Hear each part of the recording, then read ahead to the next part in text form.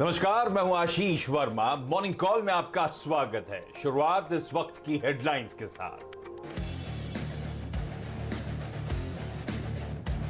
Modi cabinet में सबसे बड़ा फेरबदल।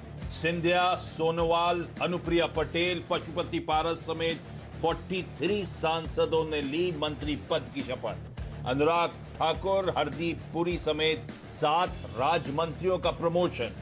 अमित शाह का कद और बढ़ा, मिनिस्ट्री ऑफ कोऑपरेशन का मिला प्रभार।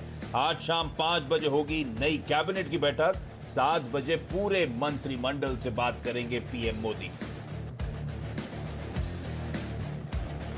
नई टीम में सिंधिया को नागरिक उड्डयन मंत्रालय तो हरदीप पुरी बने पेट्रोलियम और शहरी विकास मंत्री। पीयूष गोयल को वाणिज्य मंत्रालय के साथ टेक्सटाइल और कंज्यूमर अफेयर्स का भी मिला प्रभार। सोनोवाल को मिली पोर्ट, शिपिंग और वाटरवेज मंत्रालय की जिम्मेदारी। अश्विनी वैष्णव को रेल और आईटी मंत्री बनाया गया। बाजार के लिए ग्लोबल संकेत अच्छे। अमेरिका में S&P 500 और नैस्डैक ने बनाया नया हाई। एशिया में मिला जुला कारोबार, SGX निफ्टी फ्लैट। उधर क्रूड के मोर्चे पर राहत, $74 के नीचे आया ब्रेंट। निफ्टी और निफ्टी बैंक की वीकली एक्सपायरी पर रहेगी नजर। आवाज ट्रेडर्स पोल में 50% जानकारों के मुताबिक 15,900 से 16,000 के बीच हो सकती है निफ्टी की एक्सपायरी। आईटी दिग्गज TCS से आज अच्छे नतीजों की उम्मीद। पहली तिमाही में डॉलर रेवेन्यू में 3.5% से ज्यादा ग्रोथ संभव। ऑर्डर बुक ग्रोथ, नई डील्स पर कंपनी की कमेंट्री पर रहेगी नजर। चिप शॉर्टेज के मसले पर टाटा मोटर्स मैनेजमेंट की इन्वेस्टर्स कॉन कॉल में सफाई। कहा JLR के नए प्रोडक्ट लॉन्च में नहीं होगी देरी, न ही रोके जाएंगे नए निवेश। हालांकि अगले साल चिप की उपलब्धता पर निर्भर करेगा नए प्रोडक्ट्स का आउटपुट। 14 जुलाई को खुल सकता है देश की सबसे बड़ी online food delivery company Zomato का IPO। इशू के लिए आज बड़े पैमाने पर रोड शो। 1:30 बजे होंगे आप मैनेजमेंट से CNBC आवाज पर रूबरू। IPO से 9,375 करोड़ जुटाने की योजना।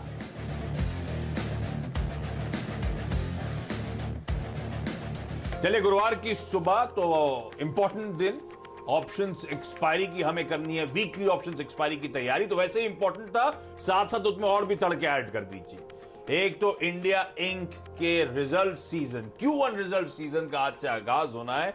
आज देश की दिग्गज IT कंपनी TCS अपने तिमाही रिजल्ट घोषित करेगी।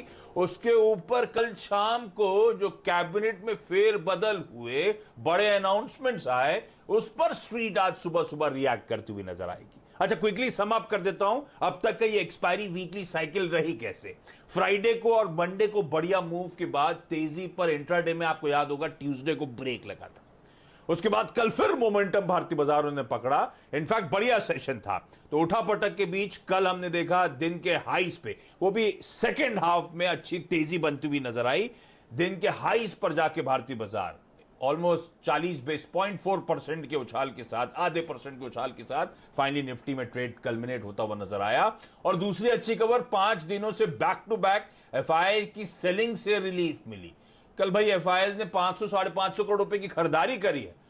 तो बड़ा सवाल, क्या 16,000 की हो रही है निफ्टी में अब तैयारी? इस पर करूंगा फोकस, लेकिन पहले आज के संकेत। और यूएस में भी फ्लैट से माइल्डली इन ग्रीन काम, 1/4 से 1/3% उछाल। तो डाउ देख रहे होंगे तो 1/3% ऊपर था। S&P 1/4 से 1/3% की बढ़त। नैस्डैक जरूर फ्लैट बंद हुआ। नैस्डैक में पिछले सेशन में आपको याद होगा आउट परफॉर्मेंस था, तो वही आउट परफॉर्मेंस करेक्ट हुआ, नैस्डैक फ्लैट था, बाकी बेंचमार्क्स और मजबूती दिखाते हुए नजर आए। तो तब और अब क्विकली स्क्रीन पर आ जाएगा। हम डाइजेस्ट करके गए थे डाउ में 20-25 पॉइंट, डाउ फ्यूचर्स में उछाल हुआ क्या, 100 पॉइंट की वहां पे तेजी थी। लेकिन हां, आज सुबह डाउ फ्यूचर्स 40 पॉइंट नीचे हैं।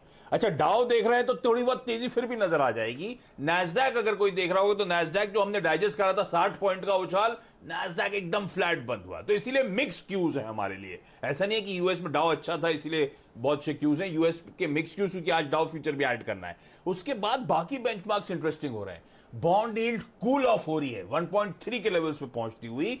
डॉलर इंडेक्स इंच अप हो रहा है और वो ऑलमोस्ट अब 93 के जोन्स पे जाता हुआ आपको डॉलर इंडेक्स नजर आएगा। डे ऑन डे इंक्रीज आ रहा है। नजर रखनी है इन सब वेरिएबल्स पे। और इन सब के बीच में ये तूतू मैमे के बीच में ओपेक प्लस की कच्चा तेल नरम पड़ रहा है। 73 की तरफ हम बढ़ते हुए नजर आ रहे हैं। सोना जहां छोड़ा था वहीं है। ये है मोटा मोटी संकेत। क्विकली अक्रॉस एशिया किस तरह का मूड है डॉक्टर साहब दिखा दीजिएगा। लार्जली मार्केट फ्लैटिश नोट के आसपास ही शुरुआत हुई है। जो जो एशिया में खुले हैं वो अपडेट्स आपकी स्क्रीन पर आएंगे। एसजीएक्स निफ्टी हमारा दिखा रहा है कि हम भी फ्लैट ही शुरुआत करने वाले हैं। शायद 20-25 पॉइंट के हल्के दबाव के साथ शुरुआत होने के इंडिकेशंस आएंगे। तो ऐसे में ग्लोबली मूड बॉल कैसा है नीरज बाजपेयी से समझेंगे। वीरू बताएंगे कैसे स्ट्रेटेजाइज करना है आज एक्सपायरी के दिन बाजार में। हर्षद से जानेंगे कौन से इंपॉर्टेंट स्टॉक्स इन न्यूज हैं। और नीरज जी से यह भी जानना है कल जो बड़ा फेरबदल हुआ है उस पर क्या बाजार का रिएक्शन हो सकता है। एक काम करते हैं, पहले ग्लोबल से ही शुरू करते हैं जिसकी आदत है हमको। नीरज जी, मूड कैसा है? वो फेड मिनट्स वगैरह में कोई दिक्कत या कंफर्ट बढ़ रहा है? आशीष, अगर गौर से देखें तो कंफर्ट मुझे ज़्यादा लगता है। हालांकि फेड ने अपनी बैठक, हिस्ट्री है पिछली बैठक के डिटेल्स हैं जिसमें उन्होंने ये कहा है कि थोड़ा सा बॉन्ड बाइंग पे डिस्कशन हुई कि टेपर करना चाहिए, समय से पहले करना चाहिए। तो ये मार्केट को मालूम था पहले से, लेकिन उस मिनट्स से ये पता लगता है कितना सीरियस डिस्कशन हुआ और कितने लोग किस तरफ थे। तो ये सर्टेन है कि बॉन्ड बाइंग कम की जाएगी जो अभी 120 बिलियन डॉलर की चल रही है। लेकिन मार्केट का कंफर्ट ये है कि ऑलरेडी वो 120 बिलियन हर महीने होती नहीं है, कमी होती है उससे। तो इसलिए मार्केट का वहाँ पे कंफर्ट बना हुआ है। लेकिन किसी भी और तरीके से अगर कोई टेपर हो सकता है तो शायद उसका अंदाज़ा मार्केट लगा रहा है। क्योंकि इसको आप समझिए, बॉन्ड यील्ड अभी 10 साल वाली जो है वो 1.31 पे आ गई है और गिर गई नीचे। क्यों गिर रही है बॉन्ड यील्ड? क्योंकि बॉन्ड बाइंग बहुत तेज़ हो रही है और बहुत पैसा लग चुका है। और फेड ने टोटल पैंडेमिक के दौरान $9 ट्रिलियन लगाए हैं मार्केट में, लिक्विडिटी डाली है। तो इतना बड़ा पूल अगर आपने रखा है तो उसको समेटने में बहुत वक्त लगेगा। तो मार्केट का कंफर्ट जोन ये है। टेक स्टॉक्स कल भी बढ़िया परफॉर्म करे थे। दरअसल जो S&P है, अगर आप उसको ध्यान से देखें तो जो ब्रॉडर है जिसमें टेक वाले भी शामिल हैं, तो वो इंडेक्स लगातार आपको ऊपर की तरफ जाता हुआ दिख रहा है। थोड़ा थोड़ा ही चल रहा है, जो कि बहुत बड़ा बेस हो चुका है। तो मार्केट ने कल वहाँ पे भी आउट परफॉर्म किया है। डाउ वाले कंपोनेंट के तो स्टॉक्स कर ही रहे हैं। तो यूएस मार्केट में बावजूद इस फेड मिनट्स की डिटेलिंग के मार्केट को अभी भी ये कंफर्ट है, रेजिलियंस है कि फेड ऐसा कोई हार्श कदम अभी नहीं लेने वाला है। इसीलिए आप देखिए नए हाइस की तरफ रोज मार्केट वहाँ के धीरे धीरे बढ़ते हुए दिख रहे हैं। और ये महीना और तेज़ी का इसलिए भी रह सकता है क्योंकि बहुत सारे जो डेटा पॉइंट्स इस महीने के आने वाले हैं वो और कंफर्ट को बढ़ाते हुए दिखेंगे। तो यूएस मार्केट मुझे नहीं लगता कि कोई खास चिंता की बात है। जब भी इस तरह खबरें आती थोड़ी बहुत ऊपर नीचे होती रहती है। एशियन मार्केट अपने दूसरे रीजन से हो सकते हैं लेकिन फेड नहीं है। क्रूड एक बड़ा इंटरेस्टिंग प्ले है। पिछले 2 दिन के अंदर $3 से $4 की डेली उठापटक हो रही है। पहले गिरा 73 तक आया, फिर 75 वापस गया, फिर गिरा। क्यों गिरा ऐसा? देखिए, जो झगड़ा हुआ था ओपेक की बैठक में, ओपेक प्लस में, उसमें 4 लाख बैरल बढ़ाने की बात हुई थी जिसमें समझौता नहीं हो पाया था। अब कुछ लोग ये कह रहे हैं कि यूएई के साथ जो डील नहीं हुई है तो क्या ओपेक में इसको अलग रखे किया जा सकता है या अनऑफिशियली कुछ लोग बढ़ा सकते हैं। ओपेक प्लस वालों के ऊपर कोई प्रेशर नहीं है, वो बढ़ा सकते हैं। आपको याद होगा एक बार सऊदी अरब ने बिना किसी ओपेक की कंसेंसस के 1 मिलियन बढ़ा दिया था। तो इन सारे उलझनों के चक्कर में क्रूड बहुत वोलेटाइल है, तो इसीलिए कल क्रूड गिरा है। तो ये है संकेत। यूएस को लेकर कोई दिक्कत नहीं, बल्कि उस फेड बैठक के बाद से अब धीरे धीरे कंफर्ट स्ट्रीट का बढ़ रहा है उल्टा। तो ये ध्यान रखिएगा। लेकिन नीरज जी, वो कल रात तक आपने देर तक टीवी दिखाया, वो ये बताइए उसका सारांश निचोड़ क्या है? कौन से नोटवर्दी एडिशंस और डिलीशंस हैं जो वाकई डिस्कस करने लायक हैं?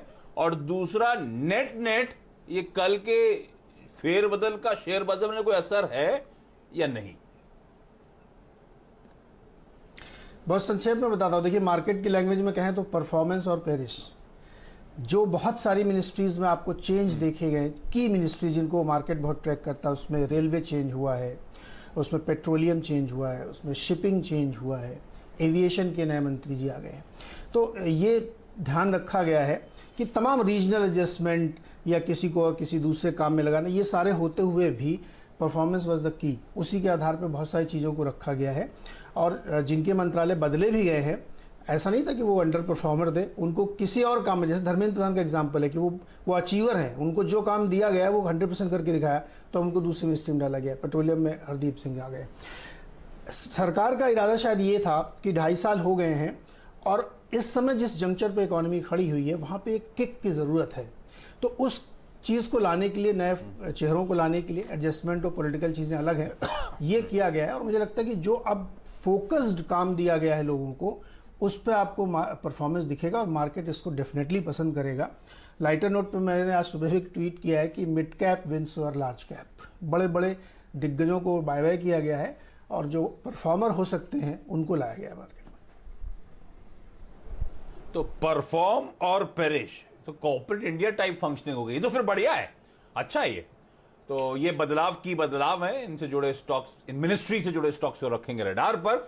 लेकिन अब वीरू को दिखाइए स्क्रीन पर। वीरू को कल मैं जब 2 बजे टॉस कर रहा था न्यू ईयर कंपनी से कमाई के अड्डे की तरफ, तो उस टेक ओवर में उन्होंने बड़ा सटल हिंट दिया था कि उस टाइम एकदम कंसोलिडेट कर रहा था, फ्लैट लाइन के आसपास बाजार था, तो कि अब चलने की तैयारी होनी है।